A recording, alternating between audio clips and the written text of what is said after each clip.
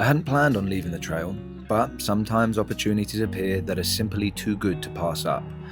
Skidoo was heading to the Grand Canyon for a meeting about a film project he was working on with the national park. Naturally, I didn't need much convincing.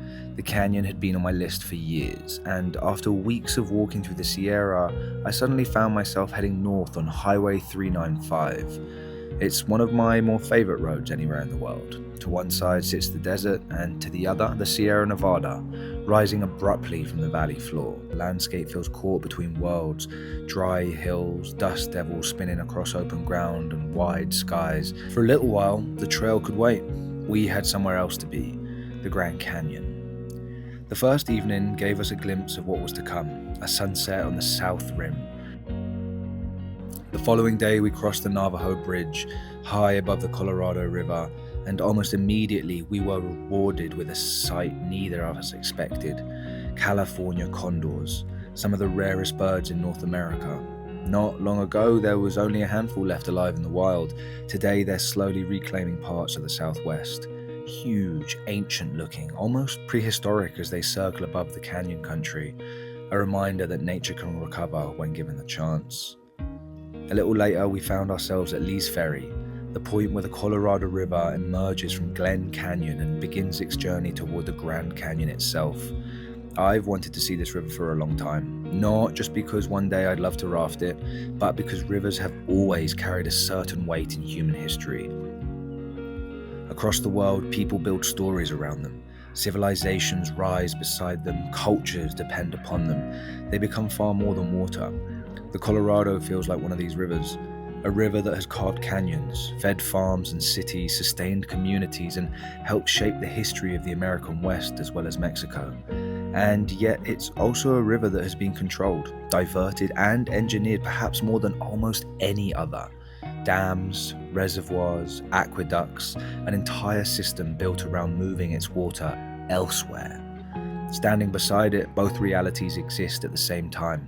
A wild river and a managed one, powerful yet heavily controlled, ancient yet deeply intertwined with modern life. Whatever your view, it's almost impossible not to feel its significance, and that's why I wanted to touch it. Not just stand beside it, not just photograph it, actually get in. I felt something similar beside other great rivers, watching people step into the Ganges and Varanasi, seeing the reverence people hold for waterways that have shaped entire cultures. There is something deeply human about wanting to connect physically with a place that carries so much meaning. The Colorado felt like that to me, a river I'd read about, dreamed about rafting one day, followed on maps, seen in documentaries, read in books by Edward Abbey, and now finally I was standing in it. The water was colder than I expected, fast-moving, powerful, the same river that carved the landscape we were about to spend the next few days exploring. For a few minutes, it felt less like a landmark and more like a living thing, something to be experienced rather than simply observed.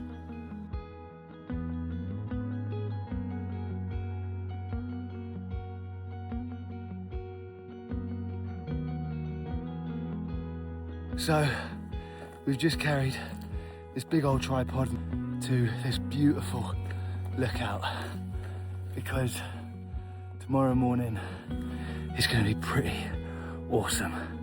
Capturing this, it's so exciting. From there we continue toward the North Rim, and something interesting happens as you approach the canyon.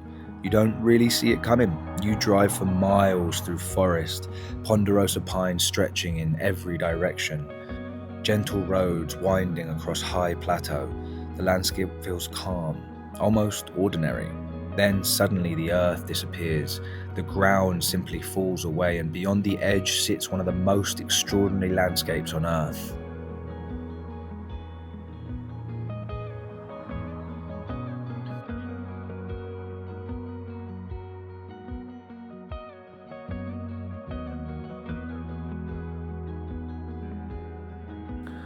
Alright, here we are on the Grand Canyon. Got ourselves a gorgeous sunrise. And then behind us, that.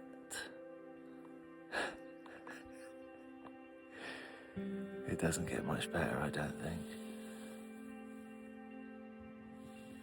But we've captured our night sky time lapse, got a cheeky little sunrise, and now we're off to make some coffee. Also, obviously, all of this is permitted. What surprised me most wasn't the scale. Everyone knows the Grand Canyon is enormous. What surprised me was how long it took to truly see it. At first, it almost feels too big. The view fills your entire field of vision, layer upon layer upon layer. The colors often blend together. The sheer scale becomes difficult to process, and strangely, your eyes struggle to find somewhere to rest. But then the light changes and everything transforms. At sunset, the canyon begins revealing itself. Ridges that looked flat suddenly gain depth. Side canyons emerge from the shadows. Rock layers catch the final light where everything around them fades into darkness. The landscape becomes three-dimensional in a way that photographs rarely capture. It's dramatic, almost theatrical, and no matter how many viewpoints we visited, it never stopped happening. Every evening felt different, and every sunrise revealed something new. For 3 nights we chased that light. Imperial Point, Valhalla Overlook, Rainbow Rim, days measured not by miles but by sunrise and sunset, by weather, by clouds, by whether the light would cooperate for a few precious minutes. It's a rhythm very different from hiking, and it gave me a newfound appreciation for landscape photographers, because every spectacular image, there's a lot of waiting, a lot of planning, and a surprising amount of sleep deprivation. The romantic version is standing on a cliff edge watching the Milky Way arch across the sky. The reality is setting alarms for 4 a.m, climbing out of a warm sleeping bag into the cold, adjusting camera settings, checking exposures, waiting for the first signs of dawn, then doing it again 10 minutes later, and again, until eventually the horizon begins to glow. By 6 a.m, the work is done, the sun is up, and somehow you're packing up camp while feeling both exhausted and incredibly lucky to be there. Howdy do. We're on day 34 and we're currently in Lake Kaibab National Forest, no lake, and we're in the National Forest which borders the National Park of Grand Canyon. We're in the North Rim and we found this gorgeous little spot to plot up for the day. We've got some nighttime lapses, the moonset and the sunrise to get at a place called Rainbow Rim. So super exciting. As I said, we're on a little side quest, so we're obviously out the car. It's lush to be doing this. I'm actually going to have a little nap just over there because we've had early mornings for the past couple of days trying to catch the sunrise and the end of the time lapse.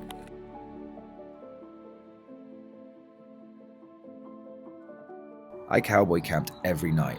No tent, just me and Skidoo, a sleeping pad in the sky.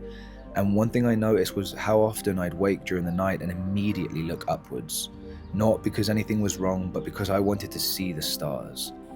Howdy. Just spent the majority of the day down like a really gorgeous forest road, waiting for the sun to go down. We drove for, 20 minutes, 30 minutes, just forest, and you always just pop out in these beautiful parts of the canyon. It's absolutely insane. I'm just gonna set up the tripod now. We're in Kaibab National Forest near the North Rim. Well, actually, I think that's National Park, and then this is National Forest. It's been a splendid day, pretty relaxed. We got up early again, so I had a nap, just on the forest floor with like a blanket and my little Z map, whatever it's called, mat. Great day. The Milky Way became familiar. Certain constellations began appearing like old friends, night after night, morning after morning. The sky slowly became part of the landscape rather than something above it. And maybe that's what I'll remember most about the North Rim. Not any single viewpoint, not a specific sunrise, not even the vastness itself, but the feeling of standing somewhere so immense that your own worries become appropriately sized, of watching light move across rock layers built over hundreds of millions of years, of sleeping beneath stars and waking beside one of the greatest landscapes on Earth. The Grand Canyon doesn't reveal itself all at once. It unfolds slowly, hour by hour, sunrise by sunrise, and somehow, the longer you stay, the more extraordinary it becomes.